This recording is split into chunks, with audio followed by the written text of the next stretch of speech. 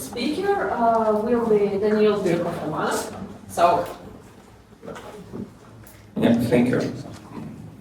take this. Oh, okay, it's working. So, full name of presentation is things that you should do before you automate testing, and who am I and why I'm here. I'm with that at Cloud Linux. Cloud Linux is a company that creates operating system for hosters, also antiviruses for hosters, some kernel, live kernel patches, and other stuff. I'm more than 15 years in IT, more than 10 years as QA as that. Unfortunately, I can explain difference in my life with QA as that, but okay. But more important, 5 times I make a testing from scratch, literally from scratch, where there is nothing, and okay, there is automated testing. And 2 times I make it hourly. As you. Oops. Oh, okay, little interaction. What we usually want from automated tests? Who thinks that we want to faster releases? Raise your hands. No. Okay. Who want from tests for faster redirections? Oh, okay, I understand the point. Maybe someone wants to test some things that really can be tested by manually. Let me have you. Okay, basically we want from tests this. Shut up and let me listen. Yeah, that's usually a situation because tests are long, tests are flaky, and it's hard to understand what's going on, what we test, why we have such results. Why this happens? Because usually starting of automated testing looks like this. Literally, 5 times started, it's literally looks like this. No one understands what's going, anything is hurry, and basically it's a mess. In what type of project you may face up when you start automating from scratch? First type is unicorn.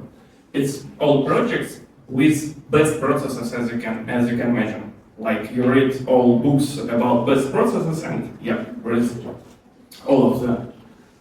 But, oops, how to automate testing in such projects? It's easy. You already have anything, you have processes, you have cases, you have reports, just take them and automate. It's easy. But why it's called unicorn? Because unicorns not exist. Annual project will have weird processes, weird technologies, a lot of duct tapes that no one understands why we do such here, because developer who creates this maybe died, maybe it's already manager, maybe it's in another country, no one understands what's going on, but okay, we still use it because it's working. So don't fool yourself. If it looks like a unicorn, it's not unicorn. Just go deeper and try to understand what's going on, and don't have to try to automate testing. Second type is literally you will face with this usually because it's reach scratch. So you try to create automated testing from scratch, but understand that you first need to reach scratch. And it's maybe any age of project. The youngest project was about 6 months that I create automated testing, and oldest was about 23 years. Yeah, then I will on such project create automated testing. Usually, such projects they used to try automated testing and fail. And so that's the reason why you're here. So you may face with some weird situation, weird processes, weird technologies. That's okay.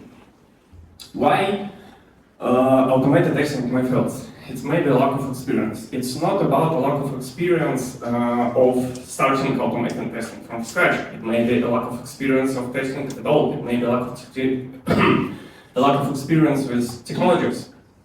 I have a situation on one project when guys deploy Docker file by the Git on the production servers, build Docker there and run them.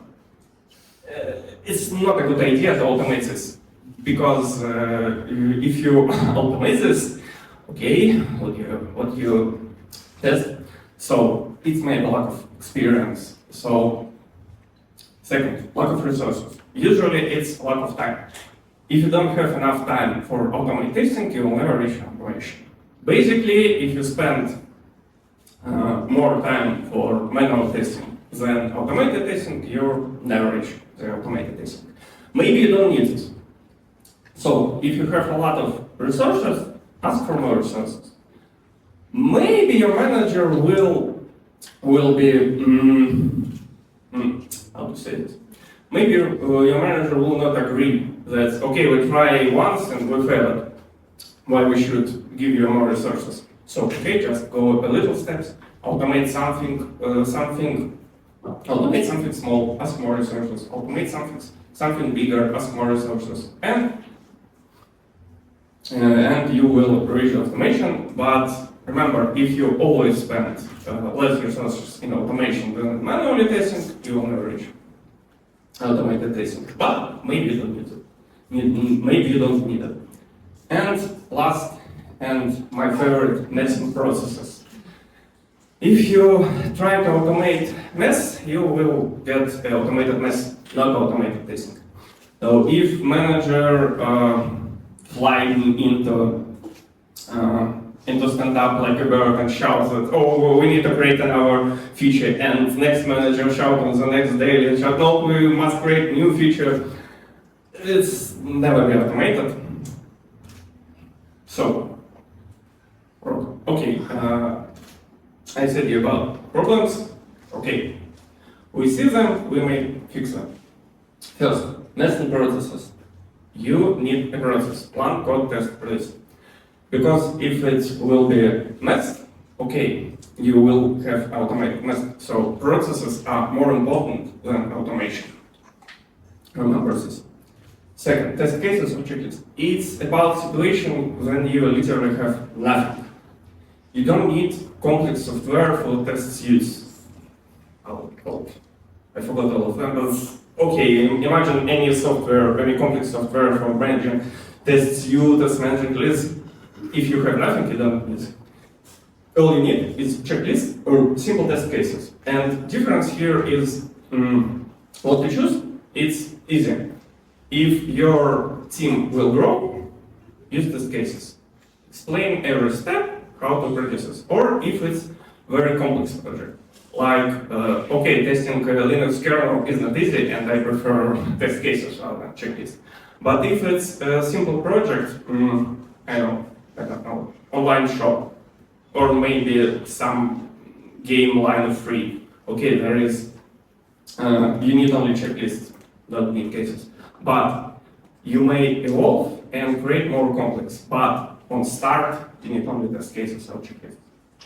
Reports, the same, as small as you can. Smallest report is build, who test, which, who test, how test. It's smaller. Of course, if you need, of course, you may to evolve it, add something new what you need, but if you have nothing, try to create as small as you can report. Because you don't understand, because you don't know and don't understand what you will need in the future, and don't try to create a big monster that report anything. No, as small as you can. Adding is easier than adding something to a report is easier than decrease size of report. And unit test. Of course, you need unit test. And don't end as query specialist about software quality. Don't create this test. Unit tests always create developers. Unit tests for products. If you write your own libraries, you are already developer, so you create unit tests. But on the product, always developers. Why? Because if you write code without thinking how it will be tested, it never will be tested as it never will be tested by unit test. I see this a lot of time, and unfortunately, you will see a spaghetti code for thousands of lines. That's not the test. But still, unit test must be. Lack of experience, a lot of. For QA, it's good to have experience from different specializations. I have a background as a system administrator, as DevOps, as developer, and it's really helped me because I can speak within our team of their language or understand some best practices and look into code and understand, okay guys, please do not use this because it's better. So, if you see a lot of experience in databases, learn that. It's not, if you don't have, and you can see, but it's more about feeling. You understand that something going wrong, something looks weird how we use our database. It's a good idea to try to learn it, try to learn best practices and understand, okay, maybe we do something wrong. And of course it will be great for a project because you increase quality. If you see a lot of experiences, Kubernetes, like I said about Docker, it's the same. So, and I can continue about if you see a lot of experience with everything, learn it. It's not about trying to put all knowledge at once. No, small steps. Try to learn something small about databases. Try to learn something small. Try to learn something small about Kubernetes. Try to learn something small about tools that you use in your project. Maybe you will see new opportunities. And after some cycles, hey, you will use it. It's like just know everything. And yeah, only then we understand. Only when we have process. Only when we have reports and checklists. Only when we understand our tools and our project, and only then we start automate testing. Because if you start without understanding environment of project, it will be not a good test. You will need to rewrite them, and the rewrite test is a pain. It's not a good idea. So preparation is a half of victory. Just prepare. But don't try to make a preparation about half of you. A little preparation is better than none. Okay, last type of project, basic mess. It's like if you are QA engineer in startup. It's pivot literally every 2 weeks. I work like this. It's mess as a base for work. If in previous project we try to reduce mess, here it's our base. We can do nothing with this. Because it's startup, it must grow, it must find new ways. We don't think about quality a lot of time in this type, but still, what we even can automate here as quality specialist still must be in the test. Where in any project where will be code that's split into classes, functions, that communicate with each other, so unit test must be. Unit test is easy, it's very cheap, very easy to start, very easy to understand. Okay, must be. Monitoring metrics. Monitoring is about resources, metrics is more business metrics. You, in any type of, okay, not any type, but in most type of projects, you still have a servers that used for running your services. And they have something like usage of resources, something like errors, and it's great to monitor that. Yep, we're still talking about quality. Alerts. Just alerts, because you don't want to gaze into graphics. And here a little situation like, okay, maybe you may create testing and prod, not create a different environment for testing, because if it's changing, it's painful to create a new environment. Maybe you try to look into the your project and understand, okay, I can test this without breaking all production. Oh, and I can take this. So it's maybe a good decision to create some tests for production. But still, it's questionable, so courage and stability, remember about this. And platform. Automated testing from scratch in organization, it's a project.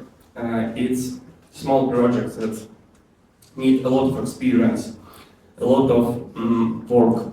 So here is my advices. So what to read? First one is a best book for understanding how quality specialist must think. It's a very old book. I think it's about the 80s, but still, it's more about how to think as quality specialist, because still, if you use that, if you create a testing from scratch, you are still quality specialist. So yeah, it's better. Automated testing is a small but project. So textbook, project management, mythical 9 months rules. It's still old book. Don't fully rely on them, but after you read, you will understand how to say. You will understand how to manage a product. It's not greatly a good product manager, but still it's better than have nothing. About databases, best book, 7 databases in 7 weeks. Just understand basics for several databases. Great. And last one, you will need great tools. And about software development, just read the daily docs of your language. It's best that you may do for learning your language as automation specialist. And only after that, you maybe try to learn some how it's called, Tango 4 patterns, some external libraries. Okay, but you need to start with STW because it's always will be here. And I think that's all. Okay? Oh, yeah.